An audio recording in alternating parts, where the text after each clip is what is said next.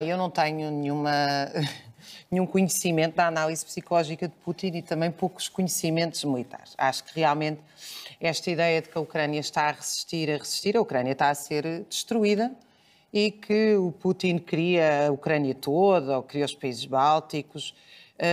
Há muito pouco consenso, aliás, eu diria maioritariamente no campo militar, inclusive no campo militar norte-americano, não são só os generais portugueses e os generais alemães, já cito os nomes, de que esse era o interesse. O interesse, de facto, era a região do Donbass e era a neutralidade da Ucrânia. Agora, eventualmente, pode ser mais. E a situação, obviamente, sabe-se como é que uma guerra começa e não se sabe como é que acaba. Eu acho que esta narrativa de que Putin queria ir para o Ocidente é uma narrativa para justificar a militarização da União Europeia. E, portanto, era muito difícil. Esta é uma espécie de doutrina de choque, como diz a Naomi Klein, para impor a militarização da União Europeia, que é uma coisa muito dificilmente aceita pelos europeus, nomeadamente a militarização da própria Alemanha. Porque, como dizia, sem grande... Os americanos são bons nisso, são menos hipócritas. O Wall Street Journal trazia um artigo em grande em que dizia: se queremos aumentar o orçamento militar, não vai haver Estado Social, há que escolher. Era um artigo de opinião assim descaradamente assumido. E, portanto, é evidente que esta narrativa, que parte de uma invasão ilegítima, é uma narrativa que serve a uma recuperação da NATO. Agora, o que é a NATO? E porquê é que a Finlândia e a Suécia querem entrar na NATO? A mim é uma coisa que me deixa relativamente surpreendida. Eu não defendo o direito do Estado russo se defender, porque eu não acredito nessa realpolitik, e eu também não defendo o direito da União Europeia se defender. Eu não defendo os Estados. E, portanto, a minha posição em relação a isto é absolutamente... isto é a minha posição ideológica. Mas quem defende? Pergunto eu.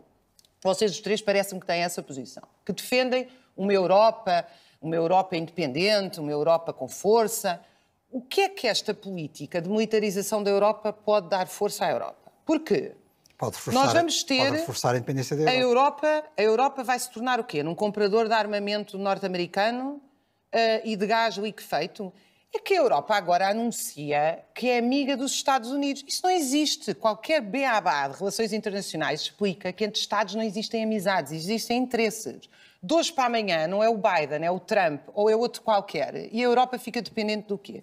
E, portanto, esta política é uma política realmente que só vai piorar a situação na Europa. E depois há outra questão muito interessante aqui, que é, obviamente, primeiro a China. O Rodrigo, a semana passada, mostrou a lista de países da CPLP que não votam a favor da Rússia. E que são imensos, que não votam nem a favor e os que se abstêm. Porquê? Porque a China tem um papel fundamental nesta guerra, quanto a mim. É evidentemente que nós não temos provas disto, mas quando olhamos para a geopolítica do mundo, parece-me evidente que há aqui um papel da China muito grande, e há aqui uma disputa que não é só Estados Unidos-Rússia, não é só o interesse da Rússia na Ucrânia e da União Europeia, mas é o interesse da China também. Mas a minha nota é também sobre a questão... Para passarmos a Inês. Muito rápido.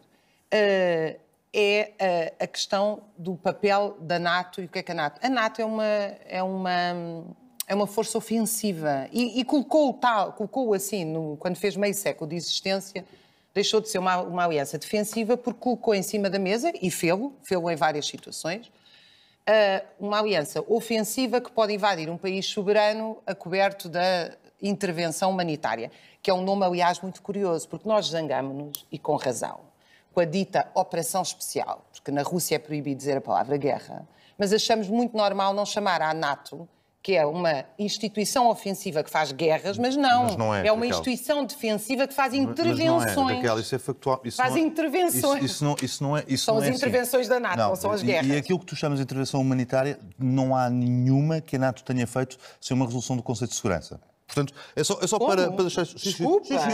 Pois. Jugoslávia até o Afeganistão. O Conselho de Segurança tinha que ter unanimidade, nunca teve no Kosovo. No Kosovo teve unanimidade. O Kosovo é um caso diferente. É um caso diferente. Então acabei de dizer um caso em que tu... O Kosovo, para impor, e se não me engano, foi para impor para impor o espaço aéreo, para encerrar o espaço aéreo. Portanto, não é verdade, Raquel. Não, eu estou a acabar de dizer um exemplo em que a NATO interveio sem o Conselho de Segurança. Há uma resolução do Conselho de Segurança das Nações Unidas. Só uma curiosidade muito simpática. O Papa Francisco colocou uma ucraniana e uma russa a carregar a cruz de Cristo na Via Sacra e isso gerou uma intensa polémica. É absolutamente incrível que seja a Igreja a única voz de bom senso a apelar à paz nesta Europa de tambores de guerra e de falcões que foram, de facto, importados dos Estados Unidos para aqui.